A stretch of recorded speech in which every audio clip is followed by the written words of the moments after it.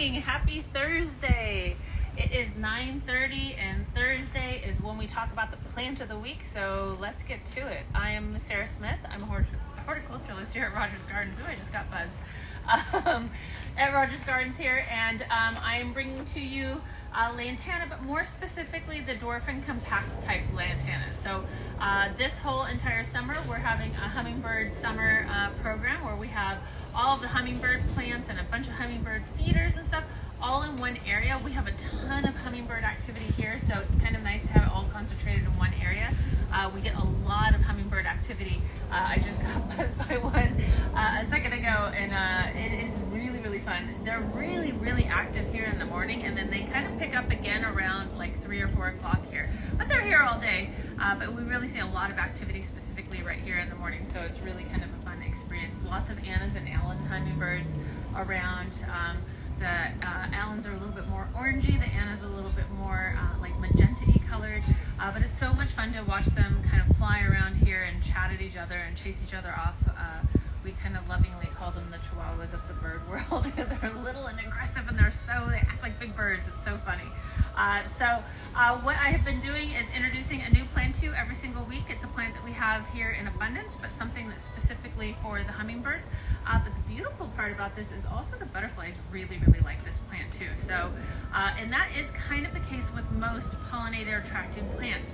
You're going to see bees and butterflies and hummingbirds most of the time with all of these plants, and they're always very colorful, which is super exciting.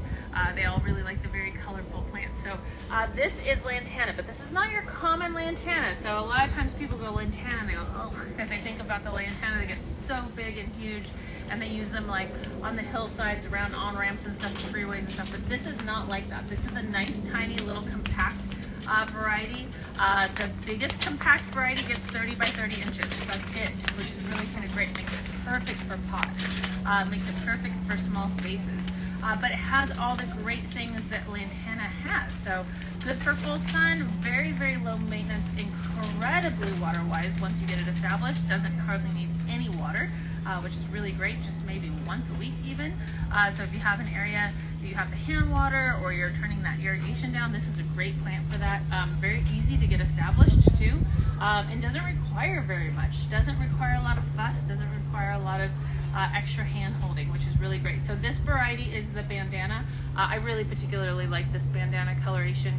It's really nice, and as I always kind of jokingly say for butterflies are always looking for a helicopter landing pad, and you can't get any more a helicopter landing pad than this, right? It has a bullseye in the middle even, which is kind of amazing.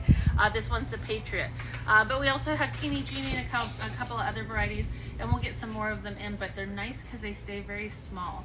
Which is really great, and they don't require a lot of fertilizing or anything like that. So if you have some fertilizer, awesome. They do like the rose and flower fertilizer, but they do like a little bit of acidity. So if you have the rose and flower fertilizer already, go ahead and use that, but sparingly. It doesn't need a ton, but they do like a little bit of that acidity. So you can even throw coffee grounds in there.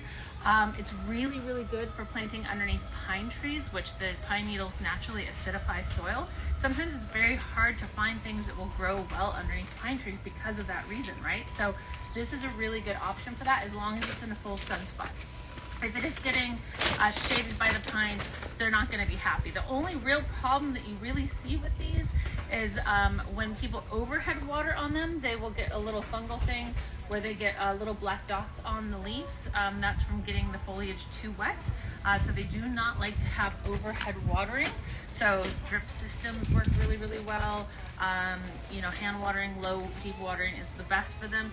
Or where people try to put them in not enough sun and they start to get powdery mildew on them. And that's where the leaves kind of turn white and they get a little linky. So the second someone brings me in that classic little Ziploc baggie for me to diagnose something, and I see the Lantana in there and it has whitish looks on the powdery marks on the leaves, I instantly know that they don't have it in enough sun. That is always the case with that. So you want to make sure that you have at least 6 hours, no less than 6 hours. Really, you want 8 hours. You want a really good, full, sunny spot.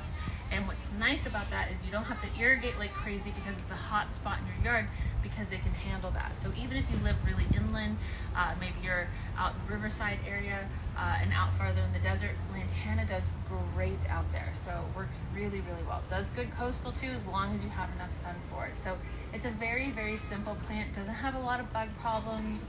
Doesn't require a ton of deadheading. You can deadhead it if it starts to look really kind of shaggy and you want to get a lot off. It wouldn't be this time of year. It'd be more like the fall or winter time, and you want to give it kind of a fresh cut.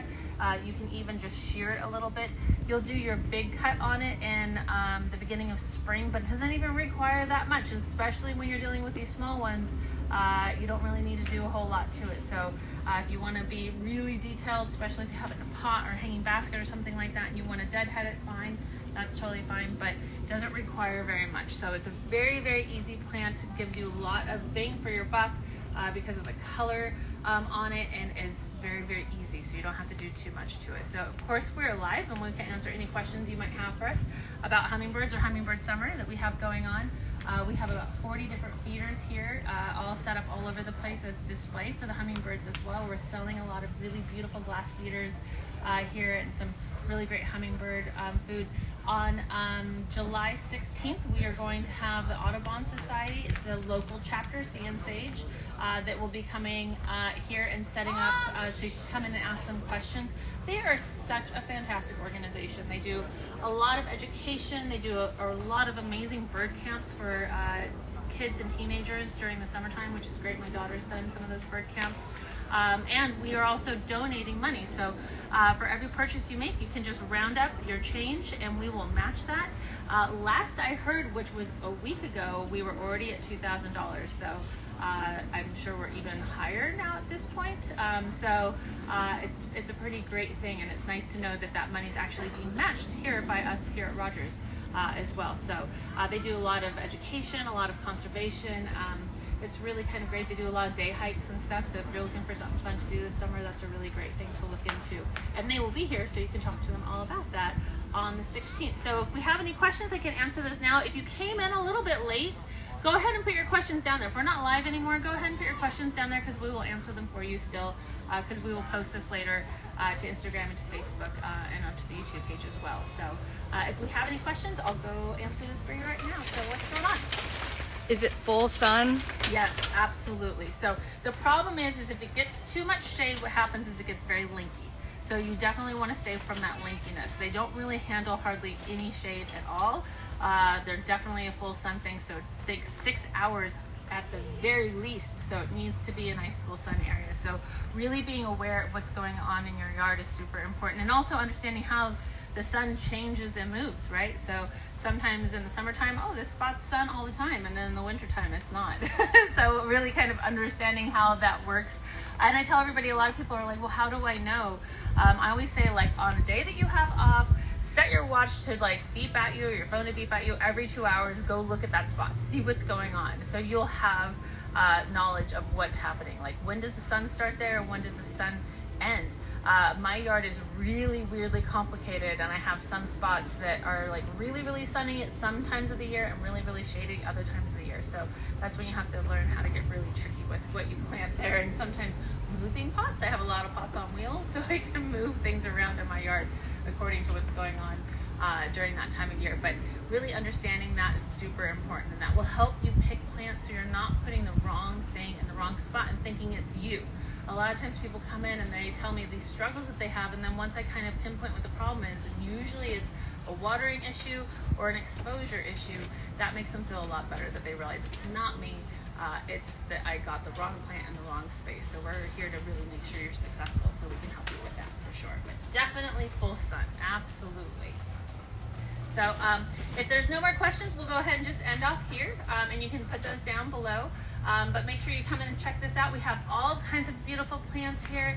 Right now we have the hummingbird mint, the salvia, so many kinds of salvia. Salvias are so beautiful. The penstemon too. So all different kinds of really great things, so you can make that hummingbird buffet in your garden. So you're not just giving them the artificial nectar that you're putting into the hummingbird feeders, but you're giving them something that makes them really, really happy. And making sure that you're using a good quality nectar too. So all the nectars that we sell here are really good quality nectars. Nothing is made with corn syrup or any kind of crazy weird sugars.